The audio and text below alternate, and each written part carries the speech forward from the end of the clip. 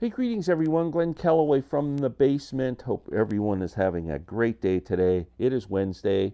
That means 8 p.m. tonight, live on this channel, our weekly chat. This week, it's myself, Alex from Beer and Vinyl, and Rob from Northern Revolutions. We're just going to have a general chat tonight, so we're counting on you guys to show up, make some great comments so we can kind of have a discussion with everyone, and it should be fun. Thanks. We always appreciate you supporting it. Today I wanted to talk about a new release. Peter Gabriel's new album, I.O. Yes, I picked it up. Now I bought the CD. Who can afford vinyl these days? I think the vinyl in Canada is like close to $100. Insane. I paid $40 for 2 CDs. That's insane. I wonder if it'd be $38 if they didn't include this stupid, worthless kind of Obi thing. It's like, what am I going to do with that? It's not like it'll sit there. I don't want to glue it to the CD cover. Just like knock $2 off the price and don't make that. That's my big complaint. Other than that, this is a great frickin' album. Peter Gabriel's first studio album in like 20 years or something. The last one was Up, I think. And man, I'm digging it. Strong album all the way through.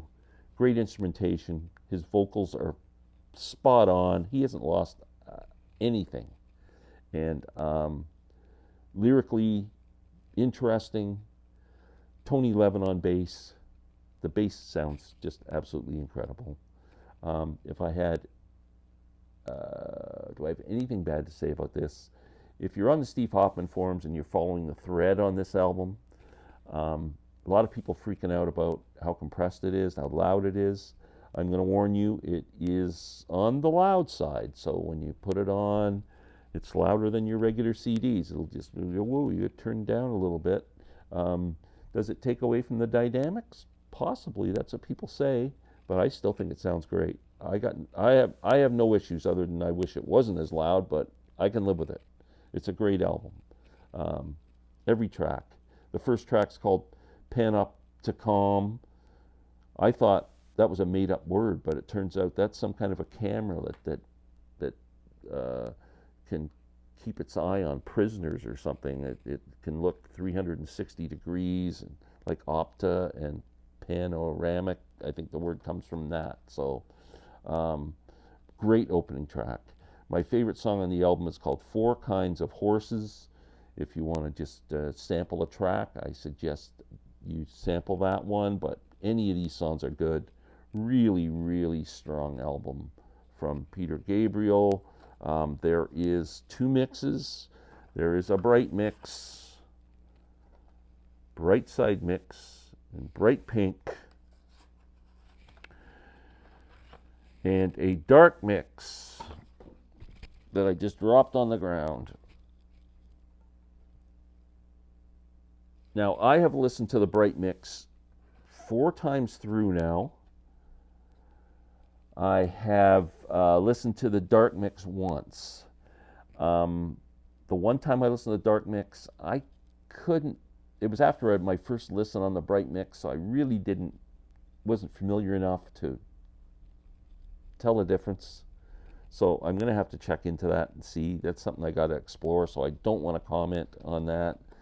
The CD comes with a book with,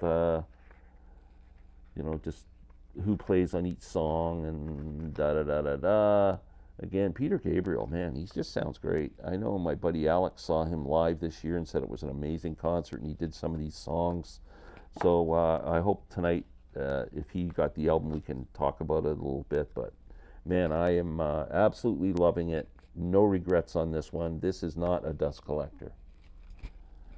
Okay, I went to, here's what I wanted to do. I pulled my Peter Gabriel albums off the shelf when I was going to do this video, and then I realized I got a bunch of holes.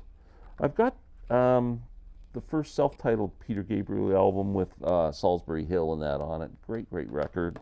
And I've got this one, Scratch, Peter Gabriel Scratch, and there's a couple more that are kind of in the same theme. And I don't have either of them. I gotta get those. I also have Peter Gabriel Plays Live, Disc 1 and 2, great live album. I have another live album which is really different. It's called New Blood. It's Peter Gabriel doing all his songs with an orchestra. It's kind of interesting. It's good. I have Soul, which is I think his biggest selling album and my favorite. And The Last Temptation of Christ, which is the soundtrack for a Martin Scorsese film.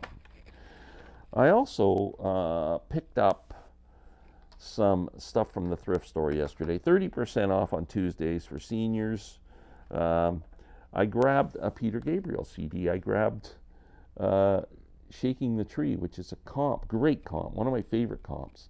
I had this on SACD, which sounded amazing. And when I sold my Oppo player last year, my universal player that played all my SACDs, I sold a bunch of SACDs with it to the gentleman who bought my player, and this was one of them. And I couldn't remember if I'd replaced it or not. So I saw it yesterday for $2, and I thought I better pick it up. And it turns out I already have it. So I'm just going to give this one to my nephew who's coming over next week. A couple months ago, I got some free CDs, and one of them was Pink Floyd's The Division Bell. I opened up the case, and it had an the other one that came out at the same time as this. Now I'm losing my train of thought what the name of that album was. Anyway, that's the CD that was in here.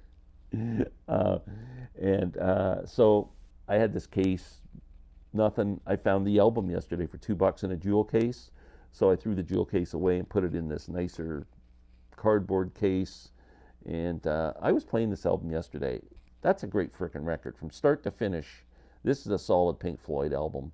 I know Pink Floyd purists probably diss it a little bit, like it's no Roger Waters, but I think this is a great, great record. Love it. Last but not least, Mamas and Papas. I'm a fan. I think you could make an argument that Mamas and the Papas are a singles band, but I like some of the deep tracks on their albums, and I think this is their third album. It's either their second or their third. It has a couple of hits on it. They did a hit of Dancing in the Street, Words of Love, and I Saw Her Again Last Night were all hits that were played on the radio. I'm interested in giving this a spin. I've never owned this album. So Mamas and the Papas, great band from the 60s. And that's, I think, pretty much everything I've got to say. Check this album out. It is definitely worth a listen. If you're a Peter Gabriel fan, you will love it. It stands up with his entire catalog as far as I'm concerned. Great, great record. Everyone have a great day. Hopefully we'll see you tonight at the live chat. Thumbs up. Thank you.